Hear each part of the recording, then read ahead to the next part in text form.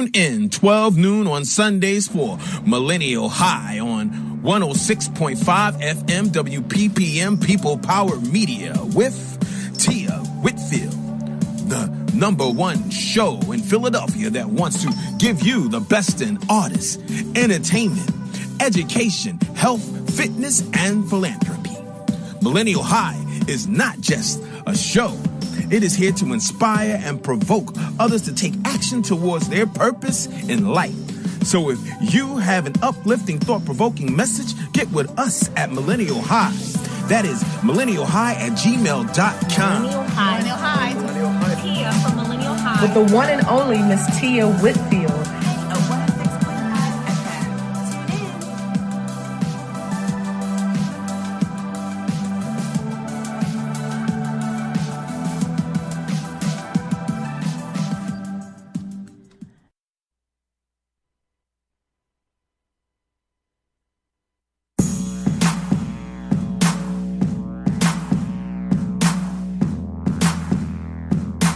Hey, it's event producer Josh Schoenwolf, and you're listening to Philadelphia's hottest inspirational talk show, Millennial High, hosted by the amazing Tia Shasha High.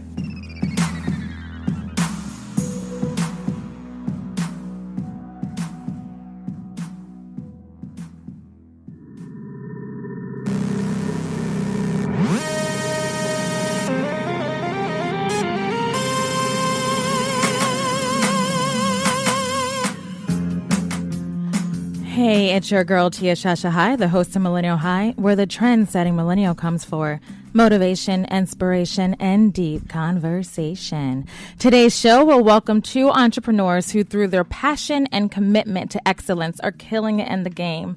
First up, we have Chef Ryan Chase. He'll be on the show, and actually, he's already in the studio. Hey, Chef RC. Hey, Tia. Hey, Tia. Thank you for having me today. No problem. We'll vibe about the man behind the brand, RC Group, and how he creates dining experiences that takes your taste buds on a euphoric frenzy. Also at 12:30, the ambassador, I like to call her the ambassador of Single Motherhood, Danielle Cirino, creator of What About That Woman, will stop by. What About That Woman is a support system for single mothers and their children to reestablish their place in the world. So for all my single mothers out there, definitely tune in. Stay tuned. 12:30, we'll have Danielle. Next up is Chef Ryan Chase. I cannot wait. In the meantime, as always, I like to set the mood for the show.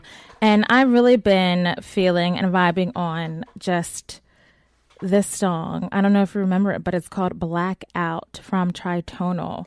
Stay tuned. Chef Ryan Chase up next. And we are back. If you're just tuning in, you're listening to Millennial High. I'm your host, Tia Shasha High, 106.5 FM in Philadelphia. I have with me the amazing, the one, the only Chef Ryan Chase on the show. A little bit about Chef RC. He prides himself in creating multi-sensory dining experiences by blending his understanding of human psychology and love of fine cuisine. Through his brands, RC Catering, RC Events, RC Essentials, Ambrosia Food Group, and Culinary Art and Science Institute, Chef Ryan creates memorable moments that appeal to all the senses. He's trained all over the world, Europe and Asia, to the Caribbean, and all over the USA. He learned from the best in the industry. I can't wait to talk to him about that. I love to travel. Right. So being a Philly native, Chef Ryan understands the importance of giving back to the community. His Culinary Art and Science Institute provides a children's culinary arts and science camp for low-income families in Philadelphia. Welcome, Chef Ryan Chase, to the show. Hey, everyone. How are you? Good. How are you doing today? I'm a little hungry, actually. Yeah. I'm sure you are. What did you have earlier? Tell me. About a pinch of air and a splash of water, people. So write that down. That's the key ingredient to getting your summer body back. Tomorrow I plan to visit the pool after a long day of camp. So that's a little trick to keeping the body snatched, you know? I need that. I need that in my life. I'm so happy you're here. So maybe at the end of the show, you can give a recipe or two, clean eating, because I know that's what you love. It doesn't get any cleaner than air and water. I'm sure it does. So, Chef RC, I'm so thankful you're on the show today. I can't wait to get to know a little bit more about you. So tell me, where did your love for cooking stem? Like, how did that happen? Oh, wow. Being young, and instead of me literally playing out, so I'm the youngest of four. Instead of me being with my brothers, I have all brothers actually. Instead of me playing the video games or sports with them, I was always in the kitchen because I was greedy. Very greedy. So I always wanted to taste what was about to come out or be the first one to eat. And from there, I really, really got a true understanding of the center of my family or the center of our culture, which was food. So not only did I like to eat, but I liked what food was able to do. The influence it had on individuals. It broke barriers. It allowed people to communicate. We eat when we're bringing a new child in, so with baby showers. We celebrate and eat when someone passes, with repasses. So no matter what, food is kind of like the crux or the center of not only my culture, but cultures around the world. So, do you know what I love is that when I read a little bit about you and I saw that you would watch like just the cooking shows, when you were younger, always watching cooking shows. And it made me laugh because I would do the same thing. I would love watching. My mom would say that I would want to stay home from school so I can watch the cooking shows or Bob Ross painter. But I think it was because it was just the work with the hands. And like, that's what it was. So I don't really cook. Okay. I did not become a chef like you, obviously. We do have classes. Do you? We do but personal I classes. do want to learn. I say that all the time. I have a daughter and I do want to learn because I'm just so tired of the same old food. It's so boring. I don't even want to cook it anymore. And that's why I love reading your story, because I feel like you take food and you, like you said, you make it an experience. Exactly. So how did that come to mind? How did you tie in? Because you went to Temple University, right? I did. What was your degree in? So I'm from Philadelphia, born and raised, West Philadelphia. Hey, everyone. Hey. So I'm a Central alum, class of 266, and I graduated from Temple University. So I have a degree. TU. I have a degree in psychology and biology, actually. So just having house parties. So my friends would come all the way from Penn State. They would come from, you name it, they were coming if they heard I was doing something or if I was cooking or having any type of cocktail, because, when you're in college, you're on a budget. Right, exactly. And if you can eat like you're at Ruth Chris or the Four Seasons for free, you're there, So. I'm coming over, shoot. I would have been there. That reminds me of the episode of, did you ever see A Different World? Yeah, of course. Do you remember that episode where Jada Pinkett's character, she would always cook jumbo? I do remember. That wasn't me. But everybody was trying to get the hookup, though, with something to eat. Exactly. So what were the things that you would cook? So I was actually in college. You know how everyone says you're on like this ramen diet? Exactly. No. So once I got out of the dorm rooms, like I almost had like a waiting list of roommates when I moved off campus, because they knew I was going to be cooking and doing it up. So I would make things like lamb lollipops. I was making wasabi mashed potatoes. I was making red snapper. Where I got the money from, Sally Mae, we'll talk later. But we definitely made it happen. We made it happen. And no one got sick, because the key was, if you feed the body, you can like sustain like the alcohol and the drink. So. Truth. That is true. So a lot of people got sick, not at my parties, but other parties, because all they had were ramen noodles. Like, nah. Because that's all normal college kids could afford. Look at you over there. I would have been on your wait list too for a roommate. Stop playing. So tell me then how your degree in psychology and biology how does that translate into becoming a chef? How did that happen? Good question. So, like just growing up and through having my little small dinner parties throughout college, I realized again what food can do. Food was the center of of culture and what it did to people. It allowed them to be free, giving them the perfect environment and the true influences it had on the mind, body, and soul. So what I really learned about myself throughout my education and throughout my travels around the world is that I have a true affinity for the influence that food and ambiance has on the mind, body, and soul. So here I am today. I love it. See, honestly, don't hate me when I say this, okay? So here I am going to like fast food places, Taco Bell. Taco Bell.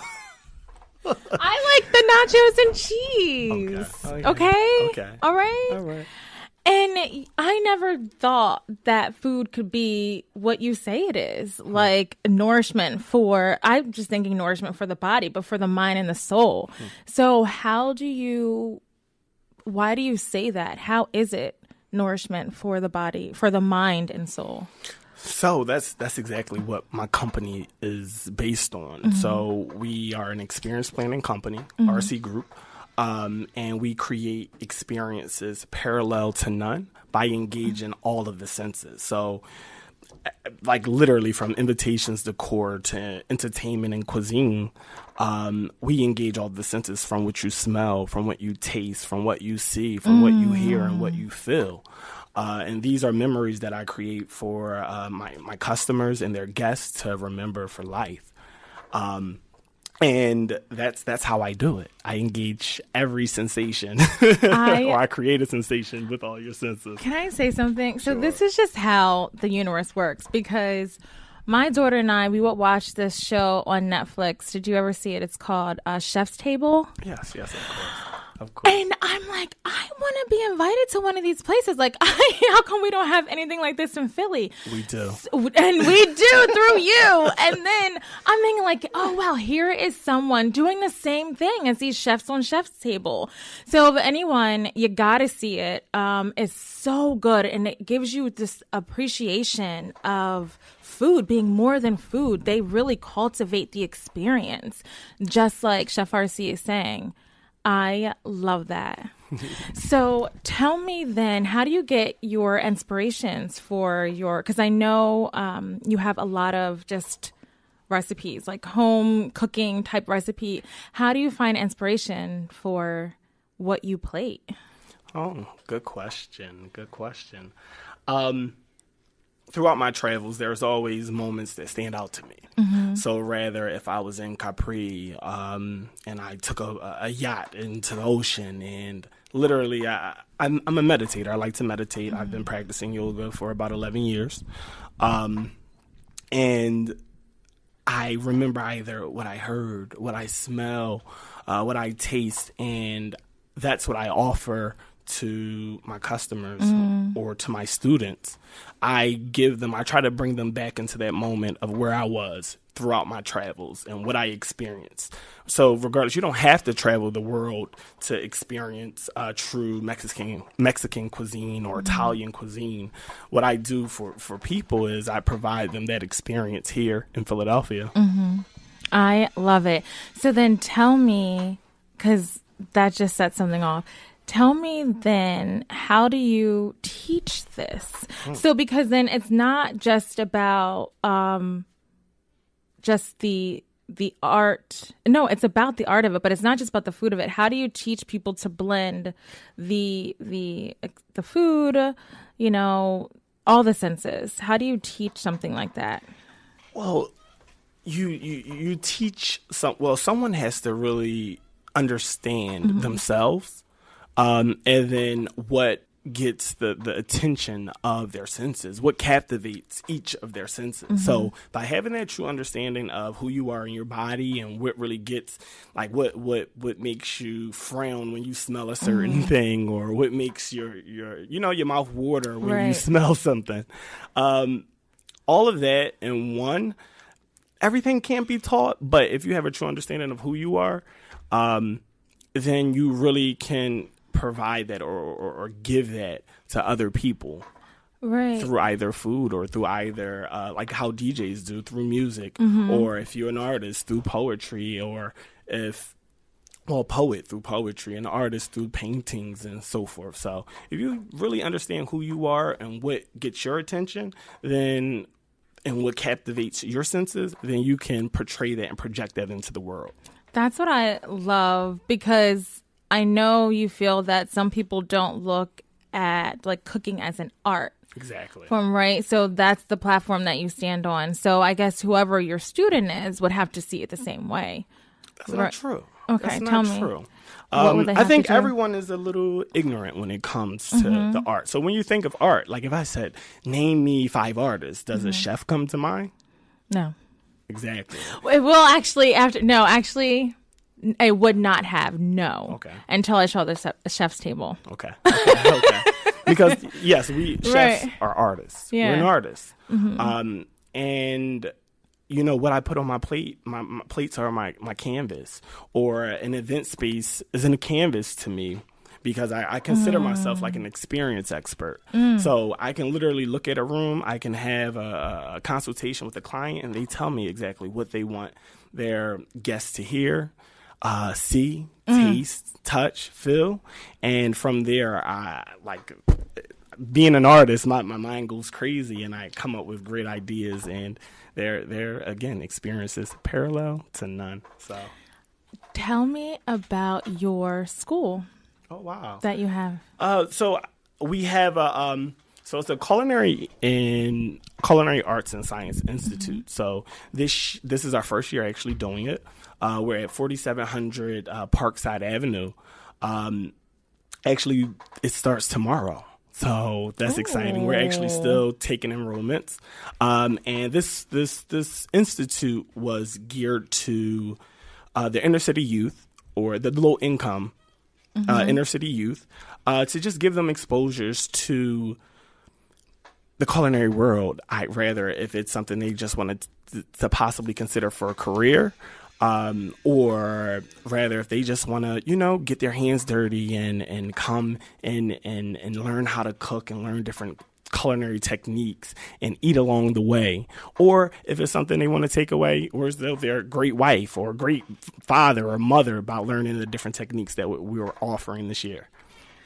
What inspired you to create a school? Like, what inspired you to create a school and gear it towards low-income families? That's a good question, because some people want to make as much money as they can. You know what I mean? Not saying there's anything wrong with that, but I mean your intent and your focus, which it's admirable. It's amazing. It just, I feel like, sets you just so far above par. I mean, you're just amazing for this. What inspired you to do that? So growing up in Philadelphia, I was exposed to a ton. Rather, if it was the affluent or if it was the most poverty-stricken areas, especially going to Temple. I was in the heart of North Philadelphia, especially during the time when we had the highest crime rate in the nation. So being exposed to different drugs on the streets and public housing and things like that, I realized that everyone isn't given the same exposure and opportunities that other children are receiving. I was lucky enough to be given a ton of opportunities, or I wasn't given anything. I'll take that back. I was driven and I found my opportunities. I created my lane. And over 2 years ago, I created RC Group. I left my job. I was making 6 figures at the age of 24. Left my job and literally not receiving 6 figures a year, annually, and then going to not having any income it's real. It's real. But to go back to your question, what inspires me is seeing the children who aren't given exposure to other aspects in life, or even how to even live healthy. So what I wanted to do was create a hub where though not only are you learning different lifestyle skills, but you're also being exposed to different career opportunities in the culinary world. The chefs, just when people think of food or culinary, they think chef. Oh, I could be a chef. No, you can be a botanist. You could be a microbiologist. You can be, the sky is not the limit. And that's what we kind of embed and teach our youth. The sky isn't the limit. We've been traveled to Mars. So we should know that by now that the sky isn't the limit. So that's what kind of inspires me, just seeing hunger in a youth's eyes and they don't even know what to do with it. Tell us, how did you get the chutzpah, the courage, the faith to leave that six-figure job to follow your dream, to follow your passion, to live it? Oh, wow. I hated every day. Every Saturday around about 12 a.m. if I was up. Yeah, I was up.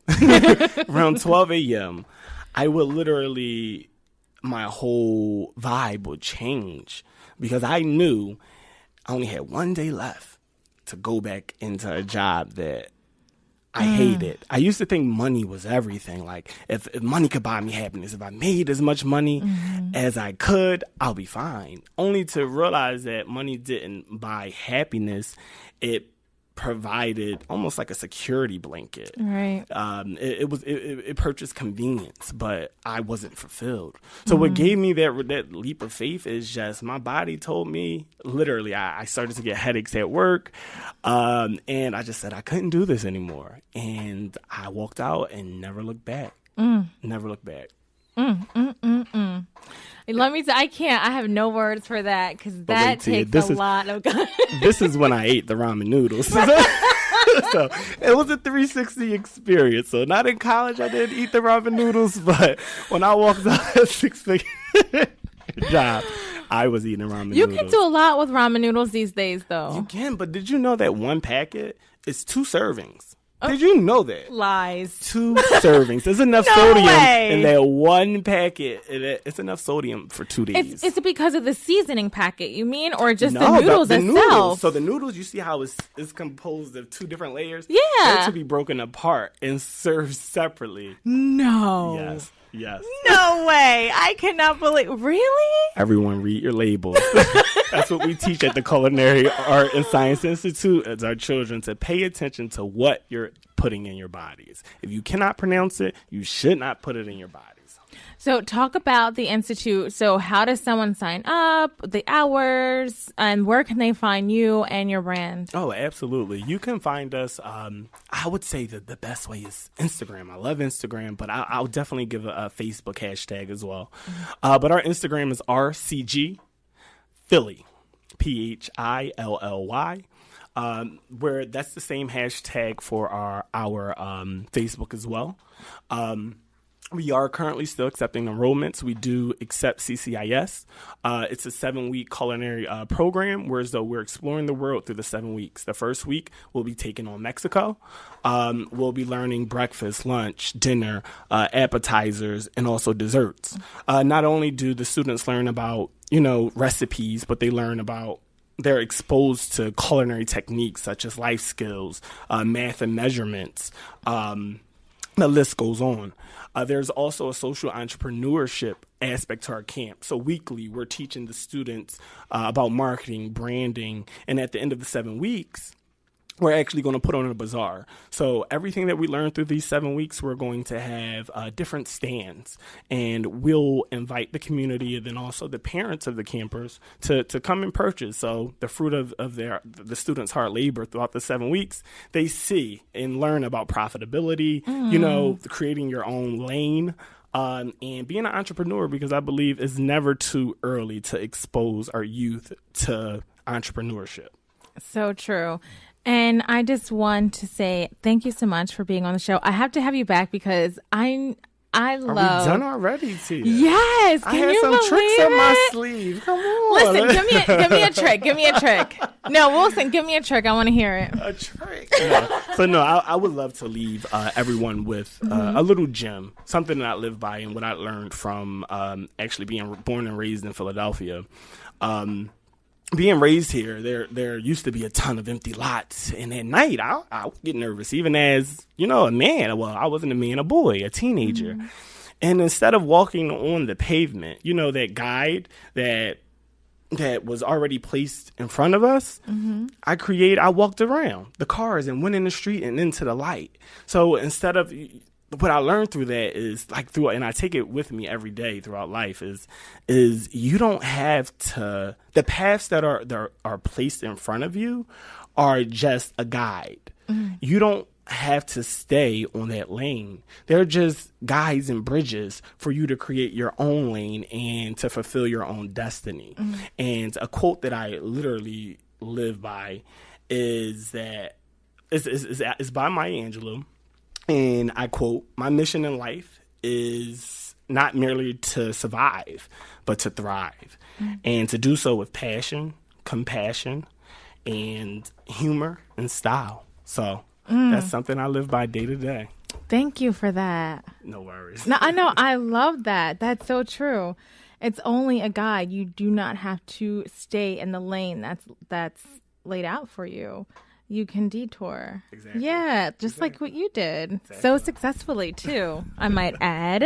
Thank you. Thank you so much for being here. I have to have you back on the show. I got to have you back on the show. I have to feed you. You do have to feed me. But no, more than air and water, okay?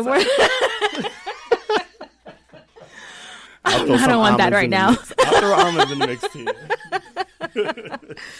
No, but thank you so much for being here. And also I want to give a shout out to Christine. How you doing, girl? Because she is in the studio and I'm going to make you say hi. Okay. I am. Your mic's on. All right. Hello, everyone. I'm just here with Tia and Ryan, just going through all this great stuff. Glad to be here and a part of this wonderful radio show. So everyone, Christine is actually my PR person. Yeah, she is. And she's an amazing PR person. She's also the director of PR for Women in Media. And she has her own company, her own brand. And that is A Famous Company. And you can find me on Instagram at A Famous, no O, FAMUS Company. Love her. She's the reason why Ryan is on the show today. So I had to give her a shout out. Chef Ryan Chase. Everyone needs a Christine. But they can't have her. Find your own.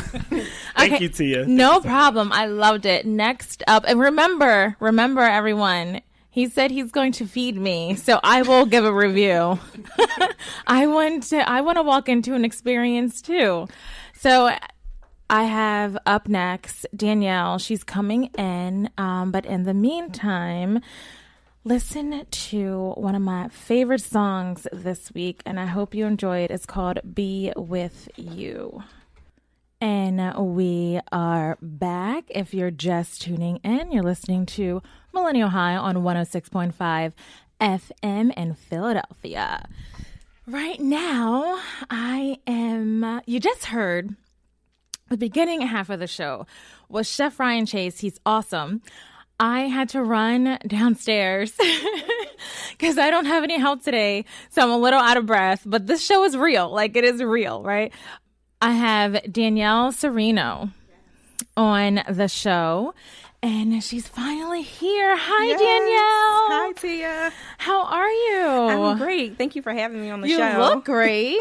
Thank you. You look amazing. I love your hair. Your dress is on point. Look at you looking cute. I love it. Thank you. Gorgeous. So Danielle, Yes. born and raised in the Philadelphia area, she is a remarkable young woman walking in her purpose for sure. I met Danielle at an event, and we were both kind of like speaking, and we realized we kind of have similar stories. So we connected. Yes. Right? We connected, and I definitely have to have her on the show because She is the person behind, she's the catalyst behind, she's the force behind the creator of What About That Woman, a support group geared towards helping single mothers and their children establish or reestablish their lives in this world. Yes. And I loved the idea. Yes. I mean, and to have a support group, because I know just I'm a single mother, and it's a lot. It's a lot. It is. It is. It's a lot, and especially when there's so much on our plate already, just as women, as our labels, right? So as women, you know, as coworkers, employees, business owners, sisters, daughters, you add mother to it, and it just overflows. Yes. With love, of course, but with a lot of responsibility. So thank you, Danielle. Thank you. Welcome to the show. I'm so happy to have you here. So tell me how you came up with this idea, What About That Woman? So in 2015, I became a single mom. I was divorced from my daughter's father, and I just felt like I didn't have any support. Like, looking back now, I see that I had some support, but it wasn't like, you know, back in the day, the grandmom helped with the kids, or you had that support system that really came together and provided whatever they needed for your assistance. So I didn't have that. And I knew that other single moms were going through the same thing or either worse. I remember a story on the news. It was a lady who went to the hairdresser, and she left her kids in the car. So if you think about it, that sounds horrible. Like, who would do that to their kids? But if you think about her mental state, where was she at? Did she have that support? So I started the group because I wanted to bring back the village, just to let other single moms know that they did have somebody on their side. If they wanted to talk, they can have a safe forum where they can talk and get other advice from single moms. I love it. I love that you said bring back the village. Mm-hmm. I just read an article, and I knew I should have screenshot it, but I just read an article, I can't remember where, but about two best friends, both single moms, moving in together to help each other out with their kids. Wow. And responsibilities. I mean, it's not a relationship type of thing. They're just best friends. And one friend has two kids, the other one had the one, and it was kind of like they would sit down and talk to her. Hey, I have this meeting. I might have to stay late for work. Can you be here? Can you pick up this son? Can you pick up this daughter? And I was like, that's such a great, and that's a village to me. Yes, that's right. awesome. That's like a tribe. And and especially like if you live far from home too, who do you have and who can you trust? Right. So normally, like when I have my daughter on Sundays, she'll come to the studio with me. Oh, that's awesome. So, she'll be right here, and she would have run down to get you, and I could have sat my behind in the seat and not have to lose my breath over it. That is awesome. But that was because that was through one of my friend's moms, Pat, telling me, like, Tia, if you want to be happy, you have to not try to balance life, but try to blend. Right. Yes. And I didn't want my daughter, and she loves coming here. Like, she meets so many people. So it was just that blending of the two. So what advice would you give to those who aren't in your community yet for support? Like, if they don't have friends or family near, like what's next? Well, I would suggest, because like I said, I didn't think I had any friends or family that was supportive. So one thing that helped me out was the business I started. I started a business, and I had to go to networking events. So I also heard about meetup.com. Even though, like you said, as a single mom, it's hard to trust, but sometimes you just need that community. And if you find other single moms, they will be able to be that support that you need, and they might turn into friends. Like, I found a friend in one of my, I'm in a mastermind group on Facebook, paid membership, and I actually found a friend in that group. Like, she's a single mom as well. So go to those networking events. It doesn't necessarily have to be for entrepreneurship, but definitely reach out. Be friendly also. Like, that's one thing I struggle with. I was real mean, and I didn't really know how to be a friend because I was going through so much stuff as a single mom, so much depression with the relationship. But just show yourself friendly. I believe the Bible speaks about that as well. But if you show yourself friendly, then you will obtain friends. So you will attract like-minded people as well. So definitely go to networking events and just show yourself friendly. And everybody is not for you. So you'll learn through the journey. But it's okay to say hi and maybe hook up for maybe a lunch date or dinner or play dates. So tell me about why is it called What About That Woman? Why the name? So like I said, I was depressed and I didn't have everything I needed mentally at the time I became a single mom. So once I went through the journey to revamp my life and get the happiness that you may see now on Facebook and social media, once I revamped my life with the help of God, of course, but I needed to remember that I'm still a woman. I'm still a person outside of me being a mother. So I have to take care of myself before I can be any good to my child or to my future my future husband or anybody that's in my circle. So what about that woman? When you think of some of the things that single moms go through, what about that woman? Like, I was talking to my boss on Friday, I believe, and she was talking about how it was hard for her to rent a car. But she had a credit card. She left it at home. So what about that single mom who doesn't have good credit to get that credit card? And she needs to do something for her kids, or she needs to do something for our household, or she doesn't have that savings account. So I want people to remember we are important too. We didn't sign up to be single moms. We signed up. We made this child with somebody else. We want to have the help that we needed. So I want to bring back the village. That's one of my hashtags. I want everyone to know that it's okay to help single moms out too. Yeah. And I like that you said that, I'm a woman first. Right. And I think that so many times it's like the perception of those on the outside, especially of single moms, is just like, oh, how can you do that? Aren't you a mom? Right. Or, it's just like, God forbid. And obviously you have a fiance now, but like you had to date him. Right. God forbid you date anybody as being a single mother. Like, don't bring them around your kids. Oh, your kids need to meet them. Oh, it's just like you have all these like outside forces. Yes. And it's just like, oh my God, you can't win. So what advice do you give single mothers and dating? So honestly, me and my fiance, outside looking in, it seemed like it moved pretty quick. But if you just think of how we started dating, like I would definitely tell you moms, do not rush dating. If it's for you, it's meant to be for you. Don't go searching for anybody, because who God has for you, it is for you. God is going to bring them into your life at a time where you're not even expecting it. And that's what happened to us. And of course, trust issues. Like I was, when I was younger, my stepfather was very inappropriate with me. So it was hard for me to trust a new person, a man in my daughter's life. But Mark, which is my fiance, he definitely showed himself to be a person that loves children. He has godsons and he loves kids. And sometimes he even cares about Naya more than I would care about her. Like sometimes he's like, well, no, you need to go do this with Naya. So just find somebody let somebody find you that is into you and also into your child, because you are a package deal at that point. Right. And honestly, I feel like it's like if the man doesn't ever ask how your child is, it's just like done. Right. Like, what do you want me for?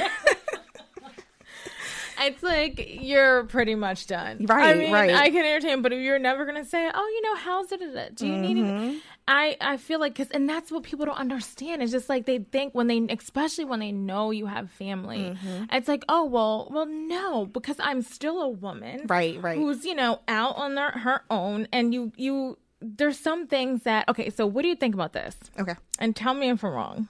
Tell me if I'm wrong. Okay. Do you think being a single mother, you should ask for like handouts or help from a significant other or if they're not your family? As far as a significant other, I think you shouldn't have to ask for help. They see you struggling, you share your intimate thoughts with them. So they should be like, here, babe, I know you had to pay daycare, and daycare is expensive. I know you had to pay daycare. let me give you some money to get your nails done, maybe. Or if they don't want to take care of somebody else's kid, or I don't know, whatever they might feel. But they can say, oh, hey, once you get to the point of trust, hey, I'll watch them while you go take care of yourself. Go get your nails done. Go get your hair done. Or, hey, here's some money for their sneakers or their shoes or their clothes. I know they keep growing. Like, I think it's okay for asking for help. I don't really like the phrase handout, because everybody needs help at some point. And if you don't have that support system, then it's hard. So definitely it's strong to ask for help, because some people, they think that, oh, I can't ask for help. I'm showing weakness. No, it shows strength and courage to ask for help. Everybody needs help, and you need it even more because you're raising a child without the other parent. So definitely reach out to those that you trust for help, especially a significant other, because what is he there for if he's not going to support you and your child? Right. What is their purpose, really? Right. No, but I agree with I totally agree with that. I mean, technically, you really shouldn't have to with the because you share they know what's happening. People know as single mothers that they know that things cost everything, but it's not, and sometimes not even just like financial support, it's like emotional support too. It's kind of like having someone to lean on, not feeling like you're in this by yourself. Right. And it's something different, because even if like you have family and friends, but it's a different feeling, you know what I mean? It's a different leaning on. Right. You know, if that makes sense. It does. So tell us what about that woman provides and offers. I know you said that you have the hashtag out there, just, bringing back the village, bringing back the tribe. So what does your organization offer to single mothers? Like, what do you provide in your group? Okay, so right now it's a closed Facebook group. So it's just a support group at this moment where I provide resources, parenting tips and advice for the moms. And I also serve female caregivers as well. So you didn't have to actually birth the child. So tips and resources, events. I also give donations as well. There's some moms that ask for handouts. Well, like I said, not handouts, but if they're going through like cancer treatments and they're out of work, and they might reach out to me, or if they are a single mom and they need some clothes for their kids, I'm trying to get together with other moms, like, hey, does anybody have 3T? Or hey, does everybody have size 5 clothes or shoes? So I'm like the middleman in that area. I'm still taking donations for my group. I eventually want it to be a nonprofit organization so that we can scale. We can have more donations and more involvement in the community, and also partner with other nonprofits. But right now we're just a support group. Yeah, no, it's not even, I feel like you're saying but this is amazing what you're doing here. Thank you. And honestly, it's such I feel like an underserved community. It is. It really is. And because people it's so interesting, because it seems like almost, oh, it must be her fault, or she must be, but you heard it to say thank you. She must want assistance, or right. And the thing about my struggle, I wasn't able to get public assistance. On paper, with my full-time job, I make more than the requirements. Yep. So what am I supposed to do when my child's father is mad at me for some reason and won't give daycare? Like, what am I supposed to do in that case? If I don't have a savings, how am I going to pay for the things that is necessary to my child? So no, I didn't sign up to be a single mom. I was actually married to my child's father, but it ended up happening. Right. It didn't work out, and he showed his true colors, especially being a father to my child. He showed his true colors. So it's hard if you don't have the support. And to the village, support is not always financial. Right. So if you know that the mom is trying to get ahead, then watch the child for a few hours while she goes on a job interview. And that's also to the single mom. Don't abuse your support system. We want to bring back the village. We don't want to abuse it. But no, that's such a good point, because sometimes you feel like lonely. Mm-hmm. You know what I mean? Because, so and true. this is just even sometimes speaking for myself, too, just being completely like open, honest, vulnerable here. But sometimes you feel like you want to lean on someone or talk to someone who gets it. Not many of my friends have kids, and if they do, they're married. Okay. So I'm kind of like the only, single mom out there at my friend group. And it's so what advice would you give to a single mother who has friends just like me? Because I know I always have to explain myself why I can't go places. It's like, don't you get it by now? Yes. So frustrating. I just can't pick up and go to New York today. Yes. I'm sorry. Right. And then I'm going to say I have my daughter. Then it shouldn't be like, oh, okay. It should be saying more like, oh, we'll bring her. Right. Because, and that was what I was trying to explain to one of my friends. It's kind of like, there's a certain point, especially when they get a little bit older, that you're going to want to include them in your fun and the action. You want them to share your experiences because they'll understand it and they'll know how to handle it. Right. And it's not like, no, there's some days I want to spend with my daughter. I don't want to be out with my friends. Right. And if you can't hang out with me and my daughter and have fun with us because it's us, then okay, I'll talk to you later. Honestly, I would say those type of friends, they weed themselves out eventually. And if you would like to keep them around, then you can schedule events or outings on times when you don't have your daughter. But with single moms, it's like we always have our kids. Yeah.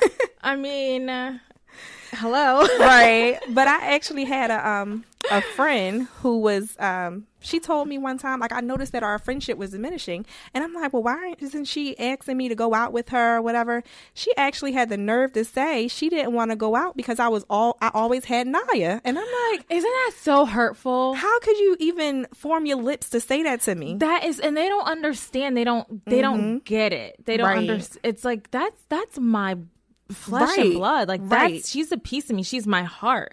So you can't say those things. And if you do, like, I have no time for you. You're absolutely right. Right. And that friend is out the door. Absolutely. So how can someone join your Facebook group, and where can they find you on social media? On the Facebook group, you can search for @what_about_that_woman, and you can select the group, answer the security questions in the beginning, and then you will be accepted. On Instagram, you can follow @what_about_that_woman. Yes, and if I also have a YouTube channel. It's What About That Woman, and I do interviews with single moms. I talk to Naya on videos. And she's so cute. Yes, you have to see the intro video for the YouTube and for Danielle's YouTube series. And I'm like, oh my God, I love cats. You got to watch it and you'll find out what I mean. Yes. So that's where you can find me. Thank you so much, Danielle, for being on the show. I know you and we're going to have another sit down. Yes, definitely. Which will be fun. And so thank you so much. I appreciate you. I appreciate everyone listening. Thank you to Chef RC, who was on earlier. Thank you to Danielle. What About That Woman? I'll have all their social medias on my Facebook, and then also check my stories out, because then I'll tag them in the stories too. Delilah Robin is up next, so stay tuned. She's up at 1. In the meantime, I'm going to play a song by Kygo and Miguel. It's such a great song. Until next time, stay lit, love inspired, and true. I'll talk to you soon. Bye.